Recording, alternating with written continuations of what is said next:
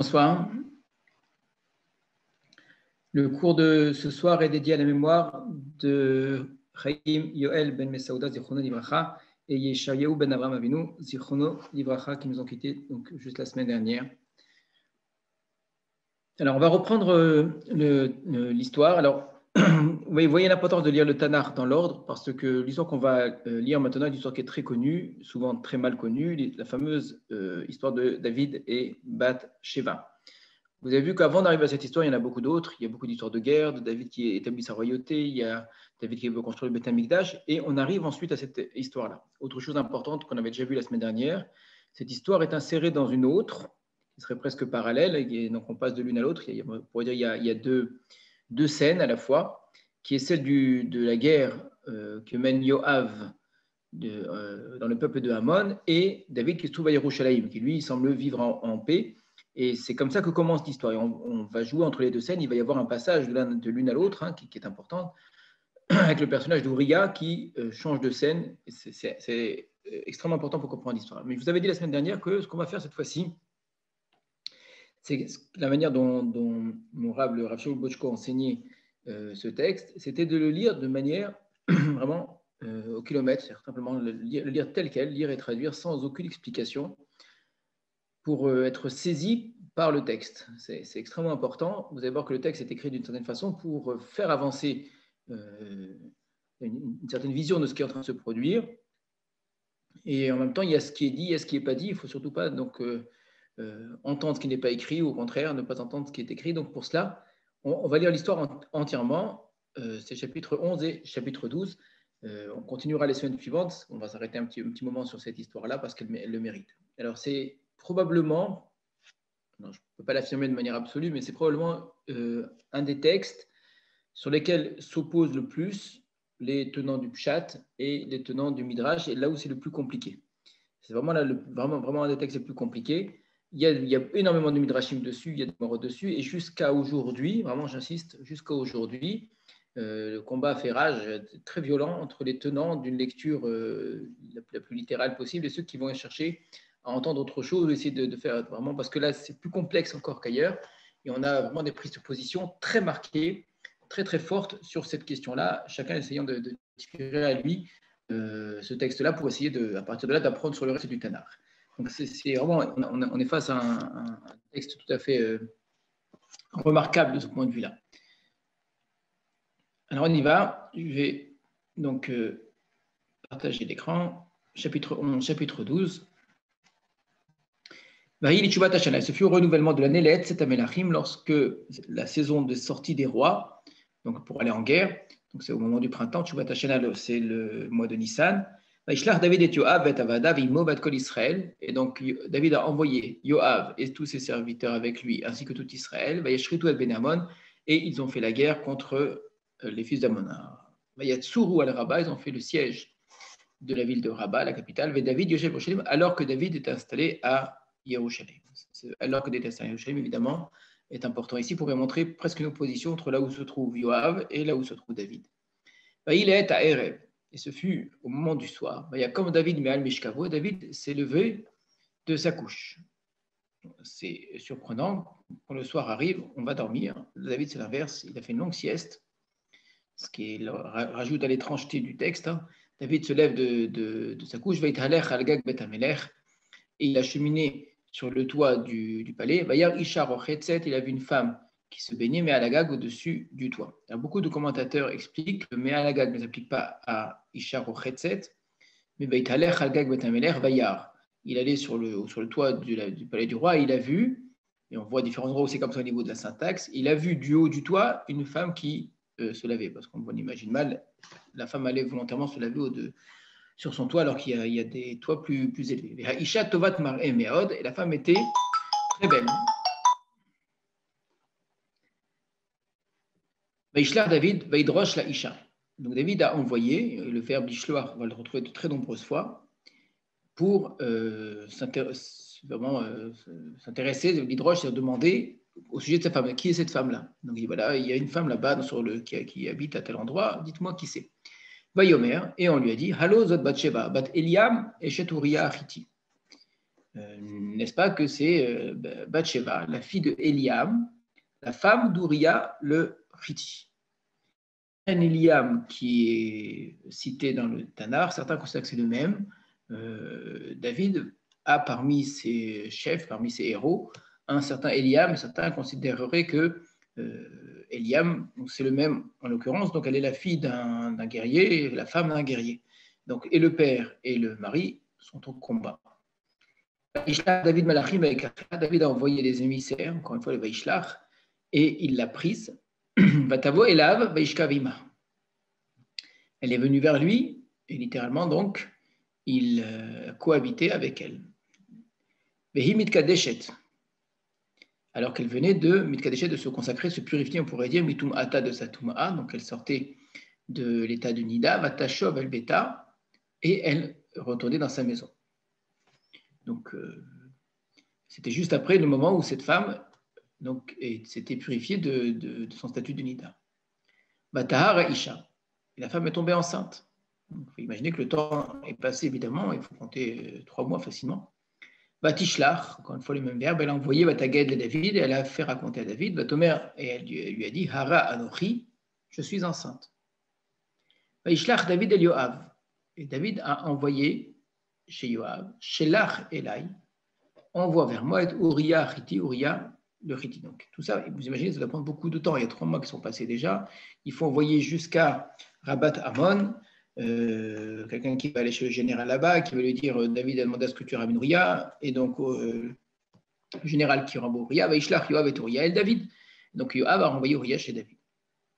Il y a Uriah est là, Uriah est venu vers lui, Al David, l'Ishlom Yoav, l'Ishlom. David a interrogé Uriah au sujet donc l'Ishlom, la paix du Yoav, la paix du peuple, donc comment vont-ils, etc. L'Ishlom et comment va la guerre. N'entendez pas la réponse d'Uriah, parce qu'il veut bien dire que c'est une fausse question, ça ne l'intéresse pas du tout. Il a certainement répondu, mais vous n'aurez pas la réponse. Yomer David et Uriah, et David donc a dit à Uriah, Red levetecha, descends dans ta maison, Urechatz raglecha, lave tes pieds. Vayetzi Uriah bibet amelech. Uriah est sorti du palais du roi. Vatetse aharav, Mas'at Amelech, pardon, et on a fait sortir après lui un présent du roi, donc un cadeau pour la compagnie. Mais Uriah s'est couché à la porte du palais du roi. Et Kol Avdei Adonav, avec tous les serviteurs de son maître. Velo Yarad El Beto, il n'est pas descendu dans sa maison. Donc il n'a pas fait ce que son roi lui a demandé d'aller retourner dans sa maison. Et Guidou et David, les morts, et on a dit à David, on lui a raconté, le Yarad Uriah El Beto, Uriah n'est pas allé dans sa maison. Et une mère David et Uriah, Halom Miderech Ata, va, mais n'est-ce pas que tu viens du chemin, ça fait longtemps que tu es quitté, Madoua lo Yarad El Beto, pourquoi tu n'es pas descendu dans ta maison? Une Uriah et David, et Uriah a dit à David, Aaron, Israël, Vihuda, Yoshim, Basukot, Vadoni Yoav et Avde Adoni, El Pene Asade Chonim, et est-ce possible que l'arche d'Hachem, le peuple d'Israël, Yehuda, soit installé dans des soukot, dans des simples cabanes, et de même mon maître Yoav ainsi que les serviteurs de mon maître sont en train de camper sur le champ, va Ani et moi, Avo El Beti, je viendrai dans ma maison pour manger et pour boire, Belishka Vimishti, et cohabiter avec ma femme. Chayecha, par ta vie, par la vie de ton âme, que si j'osais faire une chose pareille. Donc Uriah, bien qu'il en avait l'occasion, ne s'est pas permis de profiter du moment qui était devant lui, de cette permission-là qui lui avait été offerte, sachant que d'autres vivaient dans des conditions terribles, il trouvait ça tout à fait incorrect. Yomer, David et Uriah. Alors David a dit à Uriah, Chev Bazé Gamayam, tu sais quoi, reste encore un jour, ou Machar Hachalecheka, et demain je te renverrai. Vayeshev Uriah Berushalayim, Bayamaou, ou Mimachorat, et David et Uriah, pardon, est resté à Jérusalem ce jour-là et le lendemain. Vayikralo David, David donc l'a fait appeler. Vayochal Efana, Vayesht, il a mangé devant lui, il a bu, Vayeshakerehu, et il l'a enivré. Vayetseverev, il est sorti le soir, Lishka Bemishvo, pour aller se coucher dans sa couche, Imavde Adonav, encore une fois, avec les serviteurs de son maître. El Beto, Lo Yarad, mais dans sa maison, il n'est pas descendu. Vahiva Boker, ce fut le matin. Vaïrtov David Sefer El Yoav. David a écrit un rouleau à Yoav. Vaïshlach biyed Uriah, il l'a envoyé par la main d'Uriah lui-même. Vaïrtov va Sefer les morts, il a écrit dans le livre en disant Havou et Uriah, placez Uriah, El Moul Pene Amilchama Chazaka, face à l'endroit de la guerre le plus violent. Shaftem Haram, ensuite vous vous retirerez de lui, Venika va mettre, et qu'il soit frappé et qu'il meure. Vahi Vishmor Yoav El Haïr, et donc quand Yoav était en train de garder la ville, Vaïten et Uriah, et la Makamashayada, donc il a placé Uriah à l'endroit qu'il savait, qui est un Shecha Ilisham, qu'il y avait là-bas les hommes les plus forts. Donc les gens de David sont sortis pour faire la guerre contre Yoav. David. Et il y a une partie donc du peuple, parmi les serviteurs de David, qui sont tombés. Vayamot, et qui en sont morts. Gam Uriah Chiti, même Uriah le Chiti. Donc lui aussi meurt parmi les serviteurs de David qui étaient à l'endroit le plus risqué. Vaishlach Yoav, Yoav a en fait envoyé. Vayaged le David, il a fait raconter à David, et Kol Divra Milchama, tout ce qui s'était passé dans la guerre. Vayetzav et Amalach, les morts, et il a ordonné donc l'émissaire en disant Kechalotra, quand tu auras terminé, et Kol Divra Milchama, toutes les paroles de la guerre, les Daber et la Melech de raconter au roi, Vehaya, ce sera Imta Ale Chamat Amelech, si la colère du roi s'enflamme, et Amar Lecha, qu'ils te disent pourquoi vous êtes approché aussi proche de la ville pour faire la guerre? Alo Yedatem, vous auriez dû savoir, et Tacheyorum Alachoma, qu'on aurait tiré sur vous depuis la muraille. Mika et Avimelech ben Yerubeshet, qui a donc frappé Avimelech, fils de Yerubeshet? Alo Isha, Ishlicha, Alaf, Pelach, Rechev, Melachoma, Veyamot Batevetz. Donc ce Avimelech, dans le livre de Shoftim, là-bas on l'appelle Avimelech, fils de Yerubbaal, cet homme-là qui a fait des choses terribles, qui était extrêmement violent, finalement il va mourir en s'approchant d'une tour, et du haut de la tour, Isha, une femme, a jeté Pelach Rechev, un morceau de la meule, c'est un gros morceau de pierre, au-dessus la muraille, Veyamot, il est mort, Batevetz, plusieurs façons de comprendre le mot Tevetz, peu importe. Lama Nigashtem Alachom, alors pourquoi vous êtes-vous approché? C'est-à-dire il y a un précédent, on sait qu'en s'approchant trop de la muraille, on met sa vie en danger. Alors tu lui diras, donc c'est Yoav qui parle à cet émissaire, il dit si le roi se met en colère et dit vous avez fait une chose pareille, tu lui diras Gamavdecha Uriah Chiti met. Oui, c'est vrai, mais tu sais quoi, même Uriah, le Chiti est mort. Donc l'émissaire est parti. David, il est parti, il est parti, il a raconté à David, il a cherché la Yoav, tout ce qu'il avait envoyé Yoav. David, donc l'émissaire a dit à David, qui gavrou, allez-nous Anashim, lorsque les hommes donc ont eu le dessus sur nous, où Elenu Asadé sont sortis vers nous vers les champs, et nous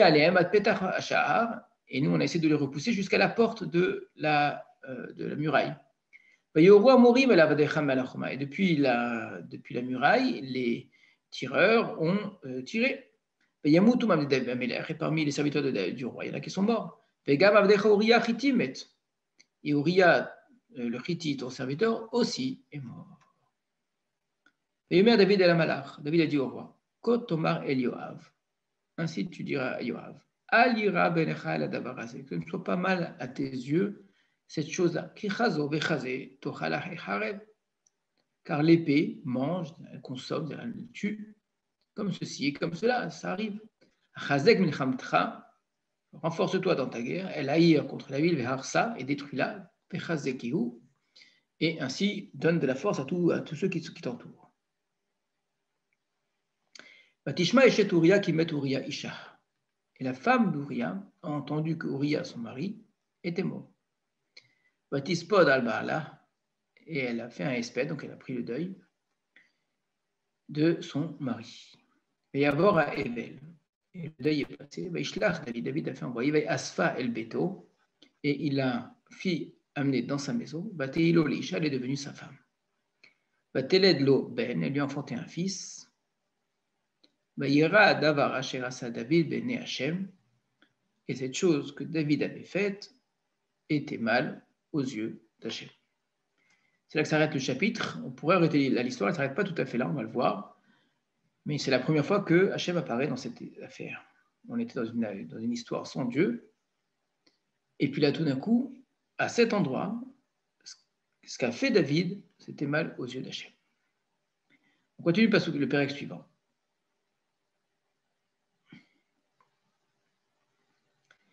Vaishlach Hashem et Nathan. Donc Hashem a envoyé Nathan et David vers David.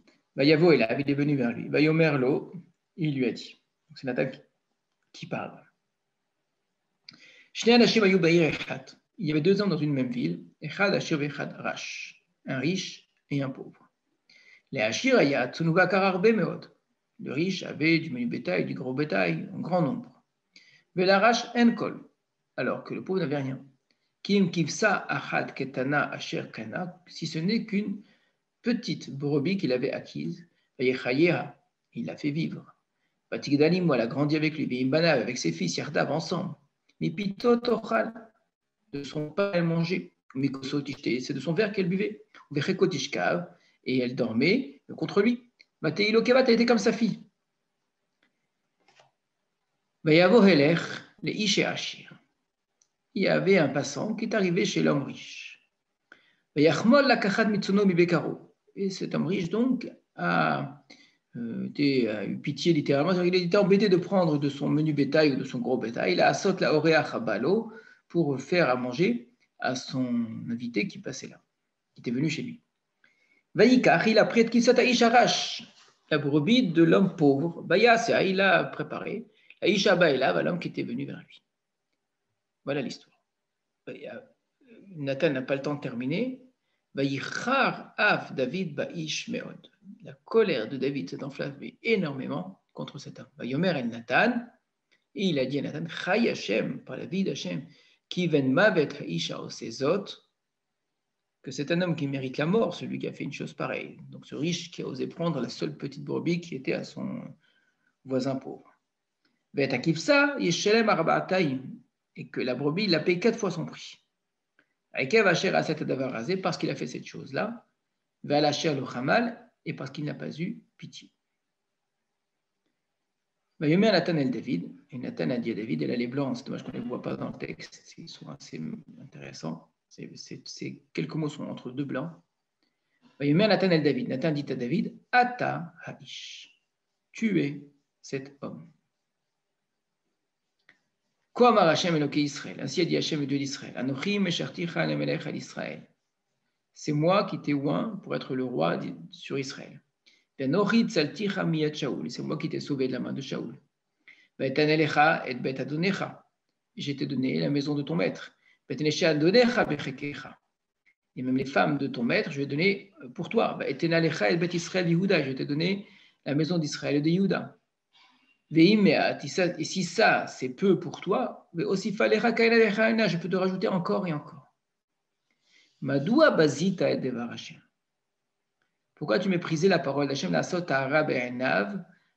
pour faire ce qui est mal à mes yeux, et Uriah hachiti jikita bacherev, Uriah le Chiti, tu as frappé par l'épée, vetishto la karta lecha leisha, et sa femme tu as prise comme femme, le Oto Haragta, et lui tu as tué Becherev ben Amon par l'épée de fils d'Amon. Veata, et maintenant Notasu Cherev mi betecha, que l'épée ne quitte jamais ta maison, ad olam pour toujours.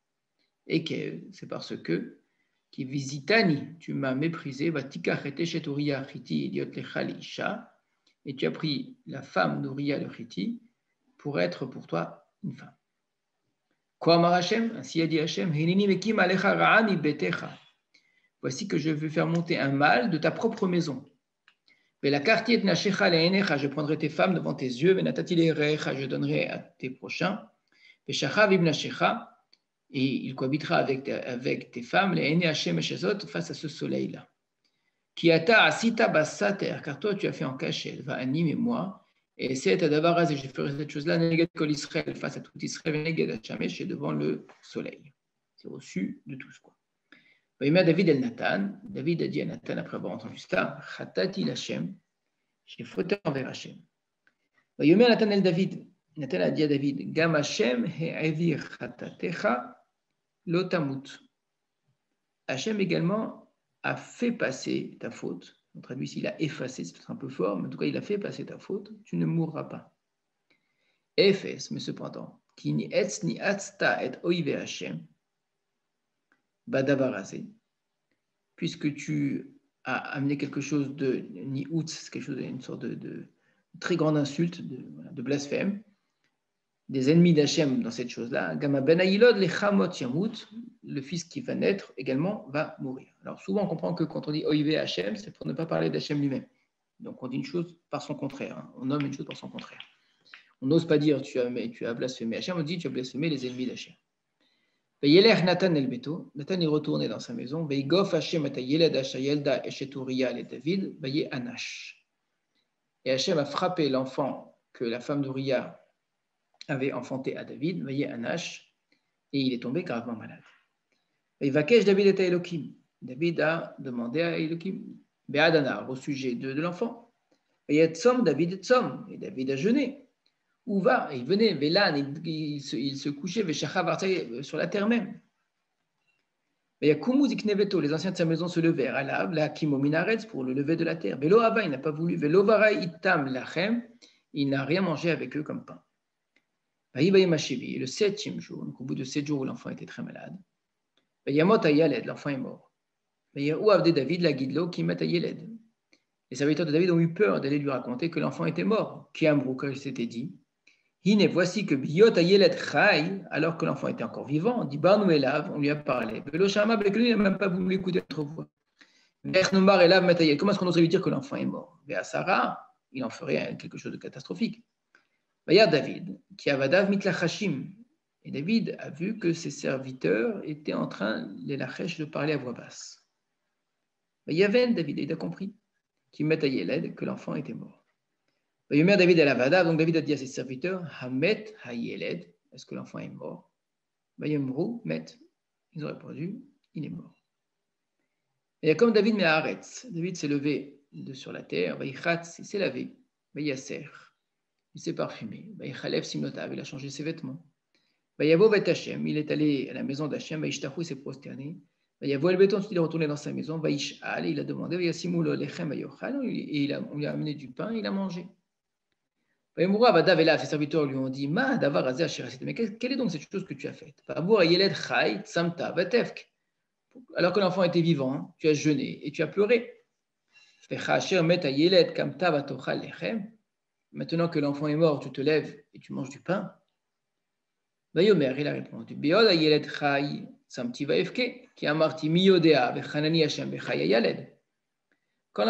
tant que l'enfant était vivant, j'ai jeûné et j'ai pleuré parce que je m'étais dit, qui sait? Peut-être qu'Hachem aura pitié et l'enfant pourra vivre. Mais maintenant il est mort. Là, Mazianitza, à quoi ça sert que je jeûne? Est-ce que je peux le ramener? Od encore.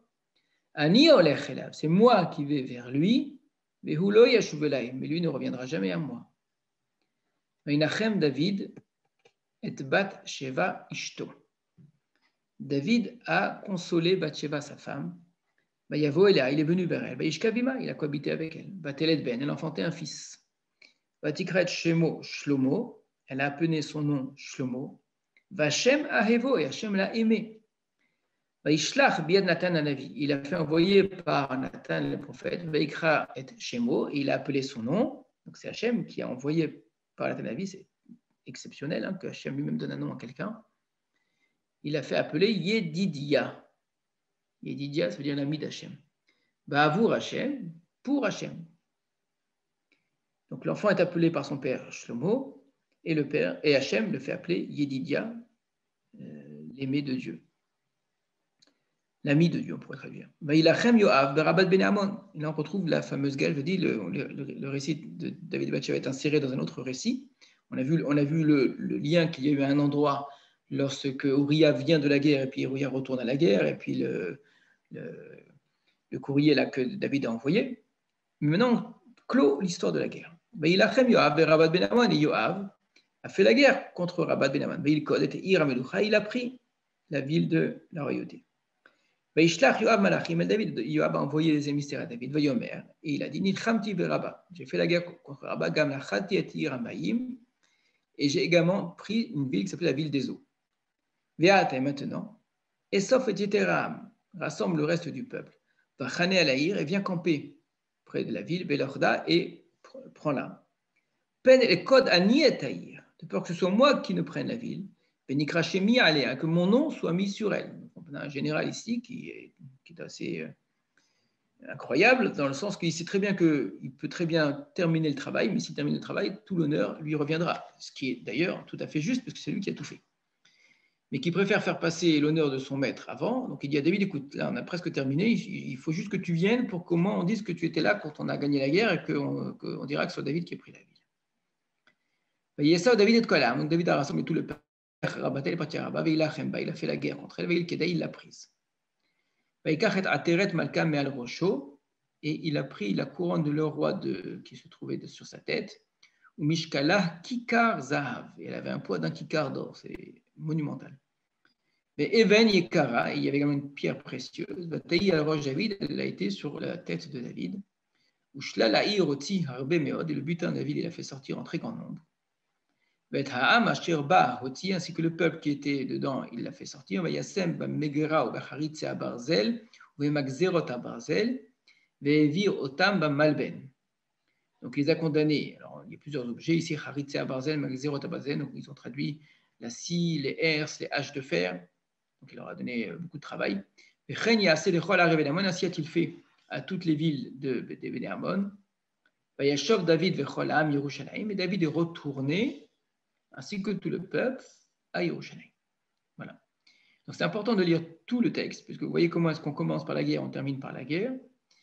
Et le début introduisait clairement la fin. Rappelez-vous le premier verset, on va le relire. Le premier verset annonce clairement cette fin déjà. Quand je dis qu'il l'annonce, c'est dire prépare à cette fin-là. Ce fut à la fin au renouvellement de l'année, lorsque les rois sortaient, etc. Ils ont fait la guerre. Et David était installé à Jérusalem. Et David est installé à Jérusalem, on le retrouve justement à la fin, puisque Yoab va dire écoute, ça suffit, il faut que tu reviennes. Donc, on a d'une certaine façon deux histoires qui sont parallèles avec un lien entre ces deux histoires. Mais a priori, deux histoires complètement séparées, distinctes. David qui ne va pas à la guerre, d'accord, on sent bien que ça pose un problème. C'est Yoab qui fait cette guerre et qui finalement, il va au dernier moment pour qu'elle porte son nom. Et effectivement, et là, il termine avec une gloire terrible, une couronne en or extraordinaire, vraiment une puissance très grande de David. Et en ce sens, cela ressemble beaucoup, en plus grand encore, que les chapitres précédents. Vraiment, c'est la suite des chapitres précédents où on a vu les guerres de David les unes après les autres et les tribus des pays tout autour, et la puissance, et la richesse, et la force, etc., etc., etc. Donc, si on avait uniquement le premier verset du chapitre 11 et les derniers versets du chapitre 12, donc Yoav qui va à la guerre, et David est à Jérusalem, et au moment de gagner la guerre, Yoav dit à David, écoute, ça suffit, maintenant il faut que tu viennes, sinon c'est moi qui vais avoir tous les honneurs. On aurait très bien vu en quoi cette histoire fait suite aux précédentes. On se serait quand même demandé, mais comment se fait-il que juste là, David soit à Jérusalem et que dans les autres guerres, généralement, il était devant. Alors, ce n'est pas toutes les guerres. On a vu d'autres guerres où il y avait Yoav, semble-t-il, c'était des guerres moins importantes. Là, c'est une très grande prise, prendre Rabat, Ammon. Rabat, c'était d'ailleurs la grande, la puissante.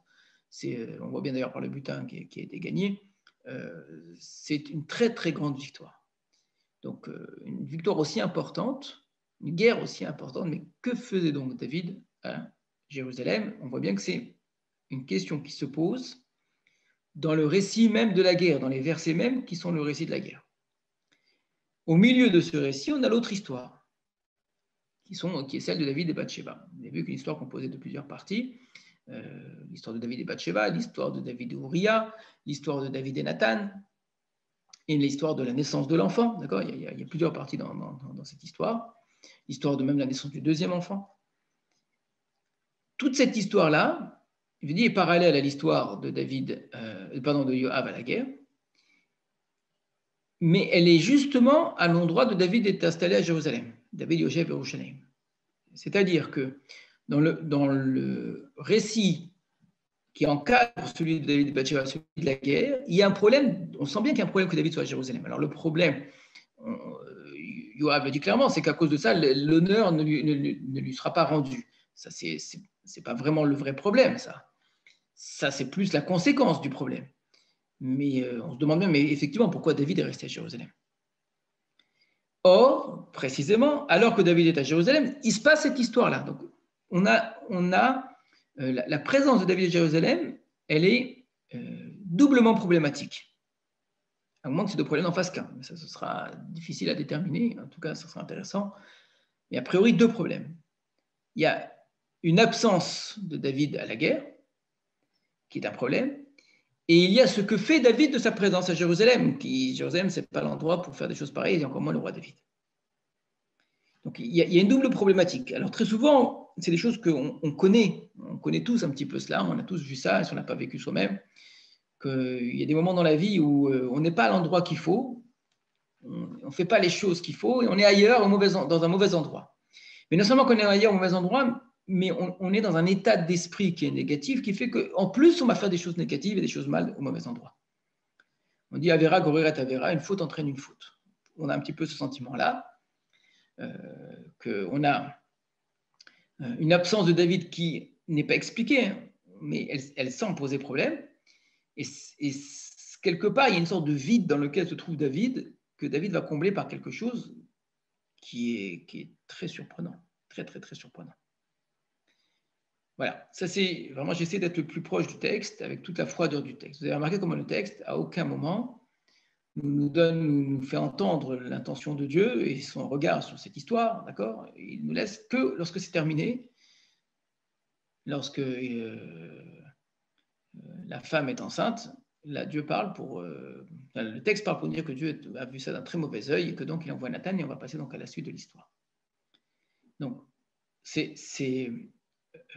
clair qu'on a un texte qui nous raconte les choses de la manière la plus froide qui soit, pour que lorsque on entend Dieu parler ou qu'on entend Nathan le prophète parler, c'est évident qu'on l'entend de la même façon. Maintenant, ça ne résout rien d'une autre question que tout le monde se pose en lisant ce texte-là, mais qu'est-ce qui veut donc passer par la tête à David? C'est pas possible. On fait une faute une fois, mais on l'a fait de manière maladroite, on n'est pas bien ensuite, on regrette, on se morfond, etc. Lorsqu'on est quelqu'un de bien, on peut fauter, bien sûr qu'on peut fauter. Mais que avec une telle, même le mot facilité est en trop, avec un tel naturel, il n'y a aucun problème, aucune résistance, il n'y a vraiment rien. David voit une belle femme, prend la belle femme, fait tout pour couvrir ce qu'il a fait en faisant en sorte en faisant revenir son mari pour que si on dise que si elle est enceinte, c'est de son mari. Donc c'est insupportable, une chose pareille. Cet homme-là, non seulement c'est un héros, mais c'est un homme extraordinaire qui ne va pas retourner chez sa femme pour ne pas être... vraiment, c'est lui le grand héros, et vous voyez bien la différence avec David. David est à Jérusalem avec la femme de cet homme qui fait la guerre. Donc non seulement que David ne fait pas la guerre, mais il prend la femme de celui qui fait la guerre. Par contre, cet homme, quand il est lui à Jérusalem, il est dans son état d'esprit encore avec ceux qui sont en train de faire la guerre, il ne peut pas aller avec sa propre femme. Vous voyez comment l'un est l'inverse de l'autre. Parce qu'il y a la guerre à Rabat-Ammon, Uriah ne peut pas aller avec sa propre femme. Mais David, lui, l'a fait, par contre. C'est fou comment David est détaché de cette guerre-là. Et alors qu'Uriah, non. Je ne peux pas faire une chose pareille. C'est quelque chose vraiment d'incorrect. N'ayant pas réussi, de manière aussi naturelle, qu'une évidence incroyable, David fait envoyer par les propres mains de cet homme-là, vraiment il y a une ironie en plus tragique, une lettre à Yoav de le mettre à l'endroit le plus dangereux, de s'écarter pour qu'il meure à la guerre. Donc c'est quasiment un assassinat commandé. Alors, pas un vrai assassinat, c'est la guerre, d'accord, mais bon, en même temps, c'est clairement une façon de le tuer. Ça nous fait penser à ce que Shaoul a voulu faire plusieurs fois de David. Hein. C'était vraiment ce que Shaoul essayait de faire, d'envoyer chaque fois David dans des combats encore plus dangereux et en plus incroyables, en lui lançant des défis plus grands encore, en espérant que grâce à cela, il finira par tomber. Or, c'est l'inverse qui se produisait. Chaque fois David gagnait les guerres, ce qui faisait que David avait encore plus d'honneur et Shaoul était encore plus jaloux. Donc, Shaoul était lui-même l'origine de sa propre jalousie. En voulant faire tomber David, il était lui-même celui qui faisait grandir David finalement. Donc, cette idée d'aller envoyer quelqu'un à la guerre en espérant qu'il meure, Shaoul le premier avait essayé de le faire avec David. Et là, David, de manière très simple, très naturelle, il se débarrasse de Uriah en l'envoyant à la mort. Yoav s'accomplit sans discuter avec si le roi David se met en colère. Or, le roi David ne se met même pas en colère dans le texte. Il n'y a même pas de colère. Il y a des gens qui meurent. Bah oui, ça arrive, que veux-tu, l'épée, elle tue ici et là. On n'est pas du tout habitué à cela dans tout le Tanakh. Les Les grands hommes n'ont jamais accepté l'idée qu'il y ait des gens qui meurent à la guerre. Et là, David semble d'une insensibilité incroyable. Et là où David commence à avoir des émotions, c'est lorsque l'enfant tombe malade. Il a des émotions très fortes. Il ne mange pas, il ne boit pas, il n'est pas bien du tout. Mais à ce moment-là, Dieu lui a déjà parlé, Nathan est déjà passé par là. Donc, lorsqu'on lui présente l'image de quelqu'un d'autre et qu'il doit juger cette autre personne, qu'il meurt pour quelque chose qui est bien moins grave que ce que lui a fait, d'aller prendre la brebis du voisin, ce qui est immoral, mais ce qui n'est pas comparable. Il n'a pas pris sa femme, il ne l'a pas tué, d'accord? Il a juste pris sa brebis qui était aimée. Bon, mais il est encore vivant et on lui a pris un animal. Cet homme-là mérite la mort. Et là, Nathan me dit, cet homme-là, c'est toi. Ratati Hachem, j'ai fauté envers Hachem. C'est maintenant que tu dis j'ai fauté tout ce que tu as fait. Qu'est-ce qui s'est donc passé? On a l'impression d'un David complètement absent à lui-même. Il n'est pas juste absent à la guerre, il n'est pas en lui, il est ailleurs, quoi. C'est pas possible. Comme si c'était un autre homme, et tout d'un coup, parce que Nathan lui parle, David redevient David, quoi. Et donc, on retrouve avec une émotion très forte avec cet enfant, il pleure, etc., etc. Et puis, nouveau retournement, l'enfant meurt, tout va très bien. Ça y est, c'est fini, c'est réglé. J'exagère quand je dis tout va très bien. Cette phrase, elle est terrible de sens. C'est moi qui vais vers lui, lui ne reviendra jamais vers moi. Ça fait trembler d'entendre une chose pareille, mais c'est vrai. Mais ça ne s'arrête pas là. Si seulement ça s'arrêtait là, on aurait pu se dire, bon, on n'a pas compris ce qui s'est passé, on ne sait pas ce qui est passé par la tête de David. Là, il y a un très grand embarras, quelque chose qui ne va pas du tout, c'est clair. Mais enfin, David a compris, et il a regretté, et il a souffert. C'est fini. Non, l'enfant meurt, il va consoler sa femme, parlant de la femme d'Ouria. Et comment est-ce qu'il la console? Il passe la nuit avec elle, il a un nouvel enfant, et là, il l'appelle Shlomo, et Dieu aime cet enfant, et c'est Nathan lui-même qui va apporter la bonne nouvelle, que l'enfant est appelé Yedidia. Mais on ne comprend pas, là. Si c'est tellement grave ce qu'il a fait, David, on ne voit pas pourquoi est-ce qu'il devrait vivre avec cette femme-là ensuite, et encore moins avoir un nouvel enfant, et encore moins que Dieu aime cet enfant, et que Nathan lui-même, qui la veille avait reproché à David, aujourd'hui va lui annoncer cette bonne nouvelle. C'est très, très, très, très étonnant. Vous voyez, donc on est face à un texte très compliqué, sur lequel il a été écrit énormément. Vraiment, on a dessus, je ne sais pas, des livres entiers, on pourrait dire, si ce n'est pas des encyclopédies, surtout si on devait réunir tout ce qui est écrit sur ce texte-là, et ça va dans tous les sens. C'est tellement riche. On a vraiment des phrases dans l'Agma qui dira que Kol Omer David Chata Eno Elatoe. Donc, tout celui qui dit que David a fauté, c'est sûr qu'il se trompe. Tout celui qui dit que David a fauté, c'est sûr qu'il Eno Elatoe. Une phrase étonnante. Non, il n'a pas fauté. Alors, il faut dire qu'il n'a pas fauté. Il n'y a pas écrit qu'il faut dire qu'il n'a pas fauté, il n'y a pas écrit qu'il faut dire qu'il est sadique. En tout cas, celui qui dit qu'il a fauté, il se trompe. Et Noé la Torah, c'est sûr qu'il se trompe. D'accord? Bon, alors, comment est-ce qu'on doit lire ce texte-là? D'accord? Ces dernières années, alors ce que je dis ces dernières années, c'est peut-être ces 15-20 dernières années, il y a un retour à l'étude du Pshat très fort qui se fait en Israël. C'est plus ancien en vérité, mais depuis 15-20 ans, ça a pris des proportions très importantes.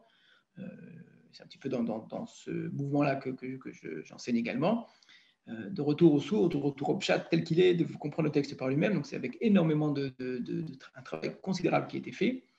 Et dans ce mouvement-là de retour au Pshat, il y a eu un débat très grand au sujet de ces deux chapitres-là. Donc ces deux chapitres que nous avons là,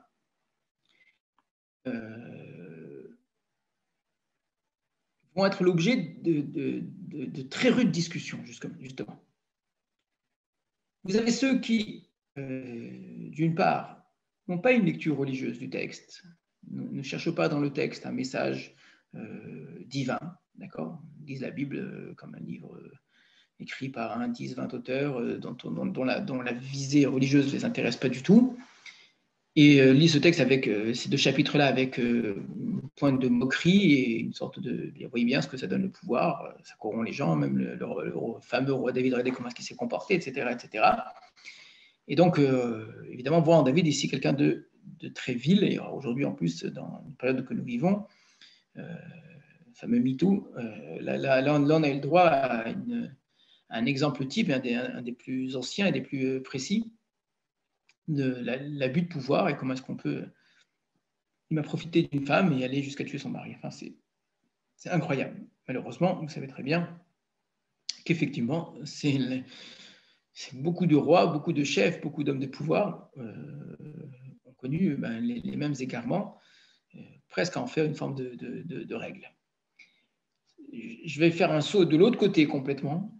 Les lectures les plus harédiotes, c'est-à-dire les plus orthodoxes du texte, vont dire David n'a fauté en rien du tout. Il n'y a aucune faute de David là-dedans. La Gemara va proposer plusieurs explications pour dire que non seulement David n'a pas fauté, mais c'est Ouria qui a fauté. Et qu'on ne peut pas dire une chose pareille du grand roi David qui a écrit Sefer Tehilim, qui est un homme extraordinaire, qui est l'homme Mashiach Hashem, etc., etc., etc. Et si vous leur posez la question, non mais, enfin, pas lis le texte, tu regarde comment c'est écrit, tu vois bien, et Hashem lui dit que c'est mal ce qu'il a fait, et lui-même dit Khatati Hashem, et bien ils vont vous répondre, c'est pour ça qu'il ne faut pas étudier le Tanakh. Je rigole, mais c'est-à-dire, c'est une façon de dire que le Tanakh est un texte difficile à lire parce qu'effectivement, la lecture pshat du Tanakh, ici et en beaucoup d'autres endroits, semble remettre en question des idées bien établies, très claires, de ce qu'on pourrait appeler la pensée juive, le Moussar, etc. Le Tanakh pose des écueils très souvent dans une lecture comme ça, bien polissée, une vision bien polissée, une lecture, une vision bien polissée du judaïsme, du monde, etc. etc. Alors, comment ne pas être dans un cas et dans l'autre? Je veux dire, une lecture pshat qui voudrait s'arrêter sur ce qui est écrit, c'est extrêmement difficile. Et c'est ce que j'ai essayé de vous montrer en lisant tout le texte. C'est extrêmement difficile parce que c'est évident, de mon sens, peut-être que je me trompe, mais ça me paraît pour moi une évidence, que la lecture première du texte tel qu'il est écrit, sans donner sans juger de ce qui est en train de se produire, juste en nous racontant les choses, en nous les faisant vivre comme si on y assistait. David s'est levé de sa couche, donc David a dormi l'après-midi, c'est tellement loin de cet homme à la guerre, enfin c'est bizarre, quelque chose qui va pas il n'a pas encore fauté qu'il est déjà en faute. Qu'est-ce que David dort l'après-midi alors que ces hommes sont à la guerre? Enfin, on ne comprend pas. Il y a une sorte de faiblesse de David, je ne sais pas moi, de déchéance de David, de laquelle il se lève de cela, mais lève-toi, c'est pas pour aller.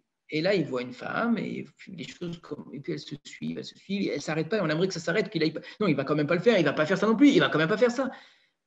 Et quelqu'un qui connaît pas le texte et qui le découvre petit à petit est persuadé que l'étape suivante ne va pas se produire. Non, David ne va quand même pas l'apprendre.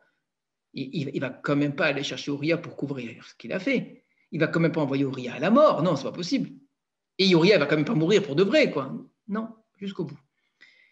Ce qui fait que ça me paraît évident, encore une fois, que le texte tel qu'il est écrit, en nous faisant assister à la scène de manière aussi froide, aussi insensible, aussi mécanique, comme ça, une chose qui entraîne une autre, etc., sans aucun sentiment, sans aucune hésitation, il n'y a rien. C'est d'une froideur incroyable. On a un David dont on aurait pu nous raconter, imaginez-vous, je ne sais pas, c'est tellement plus facile, qu'il était pris d'une passion ardente et qu'il n'arrivait pas à contenir et qu'il se tourmentait dans son nuit, il imaginait cette femme et qu'il la désirait mais qu'il se disait que c'était mal et que voilà, une guerre intérieure chez lui. Non, il n'y a rien de tout ça. Il n'y a rien de l'homme qui se tourmente, qui est pris de passion et de douleur, rien de tout ça, pas du tout. C'est le roi qui tout est permis. Il décide de tout. Il l'envoie chercher, il fait chercher, et puis il ramène, et puis il envoie Ouria, et puis il ramène Ouria, il le renvoie, il fait ceci, il fait cela.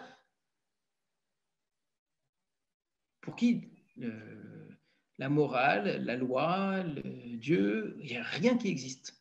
Il y a lui, et je n'ose même pas dire son désir, parce qu'on ne sent même pas un désir très grand, en tout cas, ce n'est pas à raconter. Qu'elle est très belle, d'accord, mais le désir n'est pas décrit, justement. On ne nous raconte pas comment ça a fait un effet sur David. Quelqu'un qui veut et qui prend. Voilà. En ce sens, l'image de la parabole ici que fait Nathan, sur ce point-là, elle est très bien choisie.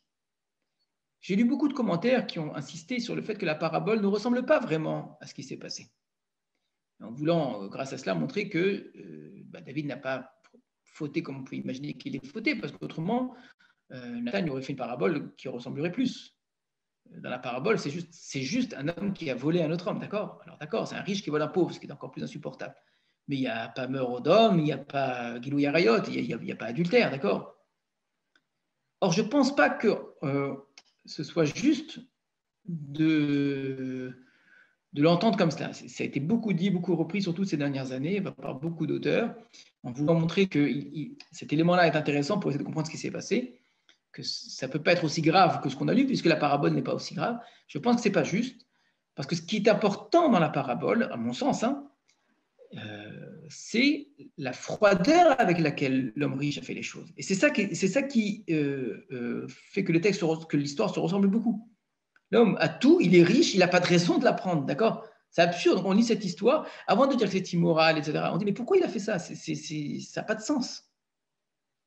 Donc, ce n'est pas un homme qui va voler un autre homme parce qu'il a besoin. Il n'a pas besoin. Donc, c'est vraiment absurde comme situation. Et ça, c'est important de l'entendre. Le texte dit quand même l'action déplut à Hachem, c'est-à-dire il y a un jugement de valeur. Oui, tout à fait. Le jugement de valeur, il apparaît dans la lecture elle-même du texte. N'importe qui lit le texte, c'est évident qu'il y a un jugement des valeurs négatif de David, ça me paraît évident. Et en plus, si on se dit, mais où il est Hachem là-dedans? Quand Hachem intervient, c'est pour reprocher à David. Et la parabole vient reprocher à David. Je suis entièrement d'accord. Donc, on a un texte qui porte un jugement de valeur négatif. C'est clair. Si je m'en tiens au pshat, cet élément doit évidemment faire partie de notre lecture du pshat. Vous avez vu comment je suis prudent, je ne vous dis pas c'est le pshat, je vous ai dit ça doit faire partie de notre lecture pshat du texte. On n'a pas le droit de tout interpréter, lire au second degré, etc., pour couvrir la faute de David, parce que le texte ne la couvre pas précisément. Le texte la montre, la démontre, la fait entendre dans le ressentiment de Dieu, et ensuite par la parabole. Et j'ai juste rapporté la parabole pour montrer que non seulement il y a faute, mais il y a une sorte d'absurde de la situation. On ne comprend pas pourquoi David fait ça. Il n'y a pas d'explication réelle. Il n'y a pas un vrai désir. C'est pas possible de faire une chose pareille et aller jusqu'à tuer cet homme avec une facilité déconcertante. Et quand on vient dans ce qu'il est mort, il y en a d'autres d'ailleurs qui sont morts aussi, ben que voulez-vous? C'est l'homme, je dis, sans cœur, l'homme de pierre, dont la seule chose qui compte, c'est son pouvoir, qui est là, en haut de son trône, et qui écrase tout le monde, et qui n'a aucun sentiment pour ceux dont il abuse. Enfin, c'est horrible d'entendre ça chez David. Or, c'est clairement ce que le texte fait ressortir. Le texte n'a rien fait au moment où il raconte ce récit, dans la manière de raconter le récit, donc quand il raconte l'épisode lui-même, il n'a rien fait pour diminuer cela. Bien au contraire. Il aurait pu le faire en différents endroits. Il insiste sur le fait que David était couché et qu'il s'est levé la nuit, d'accord? Donc il y a un côté comme ça nonchalant, que David n'était pas Yerushalayim, que voilà, tout est négatif. Et le texte tel qu'il est raconté ne laisse pas du tout la place au lecteur à dire non, mais en fait, il fait ça pour de bonnes raisons, ou Uriah est un. Au contraire, c'est clair que le texte, quand il nous fait entendre Uriah et qu'il dit est-ce que les serviteurs, moi je vais aller avec ma femme, etc., on se dit mais c'est quoi ce héros-là? Il est incroyable cet homme-là. C'est un homme patriote, vraiment fidèle à son maître, etc., etc. Et le roi qui le regarde et qui n'a qu'une intention, c'est de se débarrasser de lui. C'est pas juste, c'est vraiment pas juste. Et si on veut malgré tout lire cette parabole en disant mais vous voyez bien que la parabole n'est pas aussi grave, il faut lire la suite. C'est vrai que ça me dérange ceux qui utilisent uniquement la parabole pour dire que dans la parabole on ne voit pas la gravité de la faute. Il faut lire la suite. Quand Nathan lui-même donne le sens de la parabole, il insiste bien sur le fait que tu as tué Uriah, que tu as pris la femme d'Uriah. Donc c'est l'explication de la parabole, elle est donnée par Nathan. Et là par contre, elle ne prête pas à confusion. Hein. C'est très clair. Il dit d'ailleurs 2 fois qu'Uriah est mort d'une certaine façon. Donc c'est très difficile d'entendre que en vérité, dans la parabole, on ne lui reproche pas vraiment ça, mais on lui reproche autre chose, qu'il aurait pris, alors qu'il a tout, il aurait pris celui qui n'a rien. C'est bien plus grave que cela, et c'est vraiment le cas. Voilà pour, on va dire, les éléments les plus importants qui traversent tout notre texte. et dont on ne peut certainement pas faire l'impasse, ce qu'on ne peut certainement pas lire au second degré, etc., si on va avoir lecture pshat. Et pourtant, j'insiste, on n'a pas le droit de s'arrêter là. Si véritablement le texte voulait nous faire entendre cette faute terrible de David, et uniquement cette faute terrible de David, je ne vois pas comment est-ce qu'on peut comprendre la fin. La fin où David, où tout est terminé cette fois-ci, David a dit j'ai fauté, d'accord, c'est terminé. David pleure terriblement l'enfant qui va mourir, etc. Eh bien, il semble redevenir cet homme froid et calculateur lorsque l'enfant est déjà mort, ça y est. Et puis il retourne chez la femme d'Uria. Et puis là, tout d'un coup, ce qui est vraiment très surprenant, ceux qui étaient contre lui sont de son côté. Hachem et Nathan.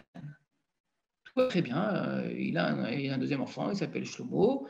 Shlomo, Shalom, la paix, d'accord. Hachem lui donne notre nom, il est Didia. Hachem Ahevo, Hachem il l'aime. Pourquoi est-ce que Hachem devrait l'aimer? Pourquoi Hachem devrait aimer cet enfant-là? Pourquoi est-ce que cet enfant devrait l'être? Pourquoi David a besoin de retourner vers elle? Donc, là, il y a une vraie surprise dans le texte. Il y a une première surprise dans le texte au départ, quand on découvre petit à petit un David aussi mauvais, aussi terrible, aussi dur, aussi vraiment qui va jusqu'au bout du mal sans que rien ne l'arrête. D'accord? Là, on a surprise après surprise, et on se dit non, il ne va pas aller jusqu'au bout, il va jusqu'au bout, d'accord? Mais on a une autre surprise à la fin, et une surprise très ironique de la part du texte. Le texte vraiment se moque de nous d'une certaine façon. Au moment où on a l'impression que ça y est, ouf, la morale est sauve d'une certaine façon, la faute est très grave, mais finalement la punition arrive. Finalement, David a fait teshuva, il a dit Chatati Hachem, j'ai fauté envers Hachem. Ça y est, l'honneur est sauf. Il a fauté, il a regretté, et puis voilà, il va rien rester de cette faute-là. L'enfant est mort, etc. Eh bien, pas du tout. Non, on recommence. Bon, maintenant, Uriah est mort de toute façon, ben, voilà, tout va très bien. Et là, Hachem, mais comment on explique cela? Alors, il me semble, c'est difficile de l'affirmer, hein, mais il me semble que lorsque Rabbi Yehuda Hanassi dit Kalomer David Chata Eno Elatoe, tout celui qui dit la phrase est quand même assez forte, hein, tout celui qui dit que David a fauté se trompe, à mon avis, il fait allusion à cela. C'est-à-dire, si tu dis qu'il a fauté, ça veut dire que tu n'as lu qu'une partie du texte. Or, si tu lis tout le texte, et on a bien vu que le texte, bien qu'il soit composé de 2 chapitres, il est clairement encadré par une autre histoire, du début et la fin de cette histoire-là, d'accord? Et ça forme un tout, ces 2 histoires à la fois. Et bien, quand on arrive à la fin du texte, qui peut dire que David a fauté alors qu'Hachem est du côté de lui, que Hachem aime ce fils-là nouveau, et que son enfant va s'appeler Shlomo? Shlomo, on le sait en vérité. Rappelez-vous la parole d'Hachem à David, la dernière parole d'Hachem à David. Ce n'était pas pour lui dire qu'il avait fauté, c'est pour lui dire qu'il avait choisi, qu'il construira une maison pour lui, qu'il aura un enfant, et que cet enfant, il y aura le shalom. Et voilà, c'est cet enfant-là, clairement, qui est annoncé là. Donc on est passé de la faute, de la décadence, de la déchéance d'un David, je dis, froid et calculateur qui va jusqu'au bout du mal, à David, père d'une dynastie nouvelle, véritablement, à l'origine de ce que David a toujours voulu, la construction du Beth Amikdash. Donc on retrouve ces belles paroles que Hachem a prononcées, extraordinaires, d'un David hors du commun, un David unique. Et quand on lit ça, on peut dire, alors il n'a pas fauté. Donc celui qui dit David Chata, il se trompe. Alors, Rabbi Hanassi n'a pas dit, il faut dire que David n'a pas fauté. Il faut dire que David est tzaddik. La formulation est très bien choisie. Tout celui qui dit que David a fauté se trompe. Alors, qu'est-ce qu'il faut dire? Évidemment qu'il se trompe. Il se trompe parce que si tu dis qu'il se trompe, c'est que tu n'as lu qu'une partie du texte, tu n'as pas lu tout le texte. Oui, mais alors qu'est-ce qu'il faut dire? Là, c'est beaucoup plus difficile. Et c'est ce que je dis, ce texte-là en particulier va être l'objet de très rudes discussions entre des rabbins qui sont vivants pour la plupart d'entre eux encore aujourd'hui, sur la manière d'aborder cela. Même chez ceux qui sont lecteurs du Pshat, vous aurez certains qui vont dire, mais un Pshat pareil, on est obligé de faire un appel au Midrashim, en tout cas par des lectures sous-entendues, d'autres qui disent, non, on va aller au Pshat. Et la question, c'est qu'est-ce qu'on appelle un Pshat dans un cas pareil? Et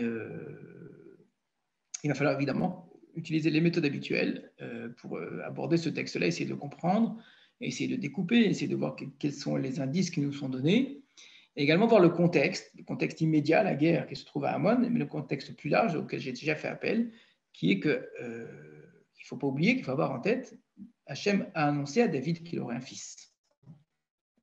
David, pour l'instant, n'a pas de nouvel enfant. Si c'est pour avoir un enfant avec une femme qu'il a déjà eu, on voit mal qu'est-ce qu'il y aurait de nouveau.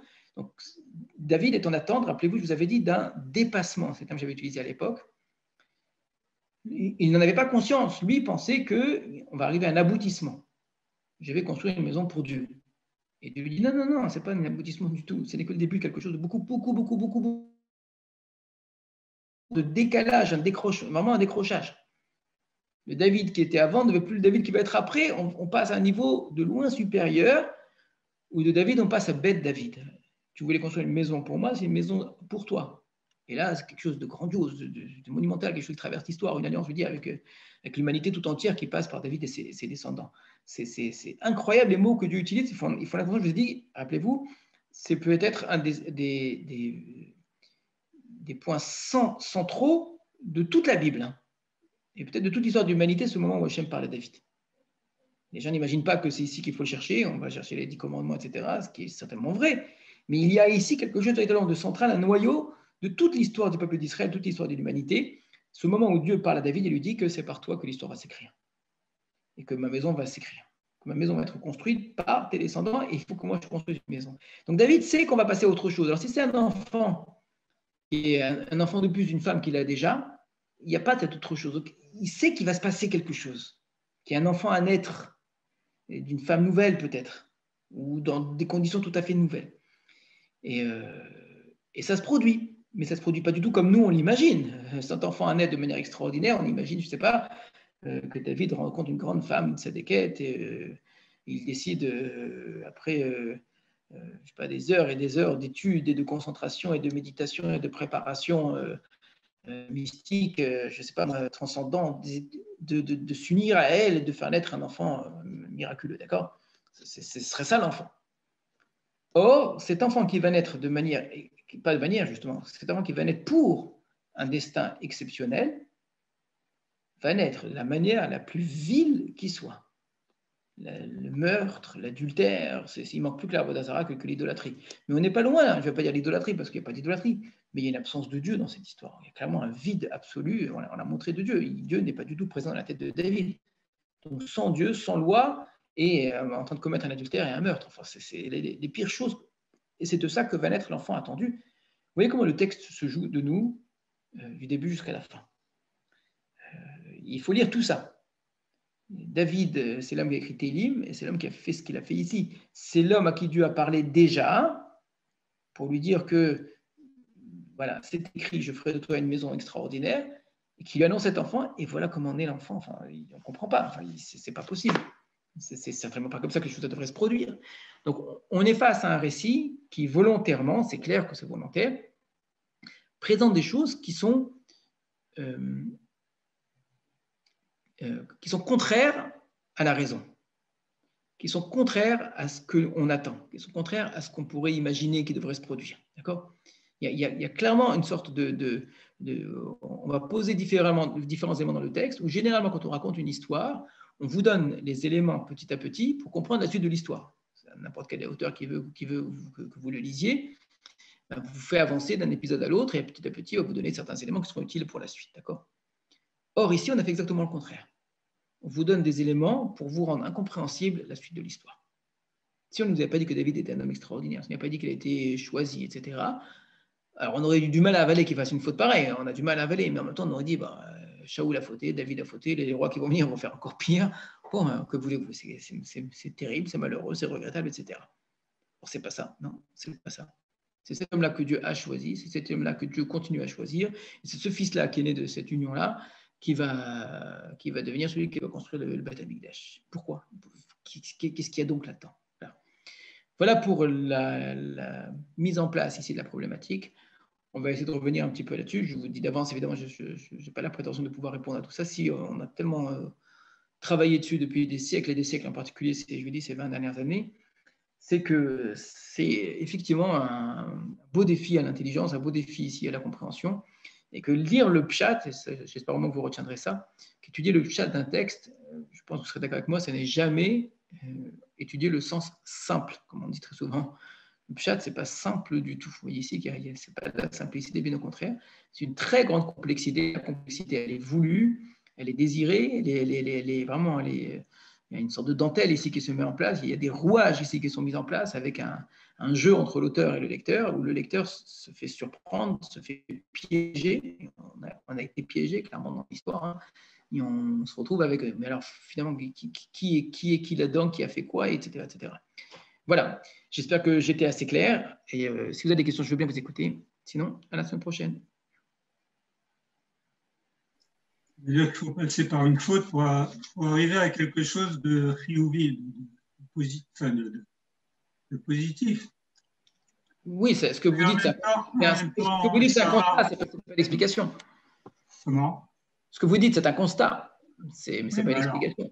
Sarah qui arrive, par exemple, alors que Dieu lui a promis un enfant, il y a une faute, et la faute n'a pas de... vous ne pouvez pas comparer ça. Enfin, elle arrive comme quelqu'un qui n'a pas cru au grand miracle, d'accord, mais ça n'a rien à voir. Elle a tué personne, elle a commis l'adultère avec personne, enfin, c'est pas comparable. Je veux dire, on n'est pas obligé de passer, forcément. Si Hachem a prévu quelque chose, pourquoi il faut passer par la faute? D'accord, je dis, vous exprimez la question, c'est tout. On vous restez à la question, je suis d'accord avec vous. C'est vraiment inattendu, cette faute n'a pas du tout sa place, on ne s'attend pas à ça. Après les mots tellement beaux, et je vous invite à les relire, hein, relisez ce texte de l'alliance d'Hachem avec David. David qui va construire un Beth Amikdash et qui apprend qu'en fait, il est l'homme providentiel, et lui et sa descendance jusqu'au Mashiach. Enfin, c'est tellement beau comme texte, tellement fort, tellement inimaginable. On ne peut pas un instant supposer que cet homme-là va faire une chose pareille. Mais pourquoi? Vraiment, pourquoi? Il n'y a pas d'explication. Mais qu'est-ce qui lui passe par la tête? Pourquoi cet homme riche va aller prendre la brebis de l'homme pauvre? Il n'y a aucune explication dans le texte. Il a eu pitié de prendre ça. Il est avare à ce point. Personne ne peut entendre ça. Ce n'est pas une question d'avarice. Qu'est-ce qu'un homme aussi riche et aussi puissant va aller prendre la petite brebis unique, la petite brebis unique, parce que j'ai un voyageur qui passe par là? Mais ça ne peut pas être expliqué, une chose pareille. Aucun homme saint d'esprit, même le plus avare qui soit, ne ferait une chose pareille. Ça défie toute logique, d'accord? Et bien, on sent ça dans ce texte-là. On n'est pas comme certains vont lire le texte, dit de manière un peu brute, regardez la faiblesse des hommes, regardez comment est un roi, c'est pas aussi bête que ça, c'est pas aussi naïf que ça. Le texte nous raconte cette histoire clairement, non pas comme une histoire qui décrit la faute d'un homme, c'est ce que j'aimerais que vous compreniez bien. On ne veut pas nous décrire la faute d'un homme seulement. On veut nous mettre face à quelque chose qui est incompréhensible. On nous raconte quelque chose d'incompréhensible. J'aurais peut-être dû rajouter depuis le début, hein, je ne l'ai pas fait, c'est dommage. J'aurais peut-être dû rajouter à quoi ça nous sert de nous raconter ça? Qu'est-ce qu'on a de savoir que David a fauté aussi grave? Si finalement ça finit bien et que finalement voilà, il va avoir Shlomo Améler, ça coûtait quoi tous ceux qui ont rédigé la Bible par la suite de nous cacher cette affaire-là? Qu'est-ce qu'on a besoin de nous raconter ça? Aujourd'hui, c'est ce qu'on appelle le shaming. Là. On va aller déballer sur la place publique. Qu'est-ce que David a fait? À quoi ça sert? À quoi ça sert? Pourquoi? Juste pour nous torturer l'esprit. On est dans un livre, pas simplement le livre de Shmuel, hein, la Bible tout entière, du début jusqu'à la fin, qui arrive à ce roi David pour ensuite repartir à partir de lui. On a un livre qui est une sorte d'ode au roi David. Un livre extraordinaire qui veut nous montrer la centralité du roi David, la grandeur du roi David, l'unicité du roi David. Voilà, c'est tout ça. Et il faut lire toutes les prophéties futures qui nous parlent de la fin des temps et qui passent par le roi David. Alors, qu'est-ce qu'on a besoin de nous, dans ce texte-là, de nous dire à quel point il a fait quelque chose aussi terrible? Alors, on comprend pourquoi tous les midrashim, etc., vont lire de manière figurée, qu'en fait, il n'a pas fauté comme on a cru, qu'en fait, il n'y a pas d'adultère dans cette affaire, qu'en fait, Uriah a été condamné à mort et qu'il méritait sa mort, etc. Et en faisant ça, on a résolu tous les problèmes. Pourquoi pas? On peut s'arranger et faire dire ça. Mais ce n'est pas ça que le texte nous fait entendre dans une première lecture. Ce n'est pas ça que Hachem ressent et ce n'est pas ça que Nathan le prophète dit. Alors à quoi ça sert? Pourquoi nous raconter un truc pareil alors qu'on est censé célébrer David, le montrer en modèle, exceptionnel, etc. Hachem a dit, c'est l'homme exceptionnel, David, d'accord? L'homme exceptionnel qui fait une chose pareille, c'est incompréhensible. Et ce côté incompréhensible, c'est ce que j'ai essayé de vous montrer, j'espère que j'ai réussi à être clair. Ce côté incompréhensible n'est pas, comme ça peut arriver parfois, parce qu'on n'a pas suffisamment d'intelligence, de finesse d'esprit pour comprendre un texte qui est plus intelligent que nous. Non.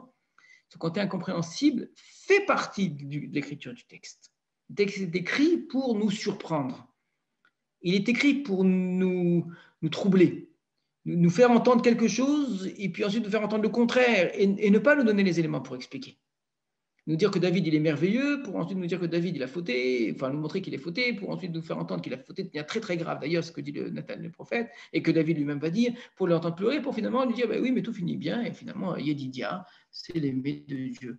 Non mais, elle est où l'explication et pourquoi? Voilà, j'espère que j'ai été clair, je vous souhaite là-dessus une bonne soirée, et Bezrat Hashem à la semaine prochaine.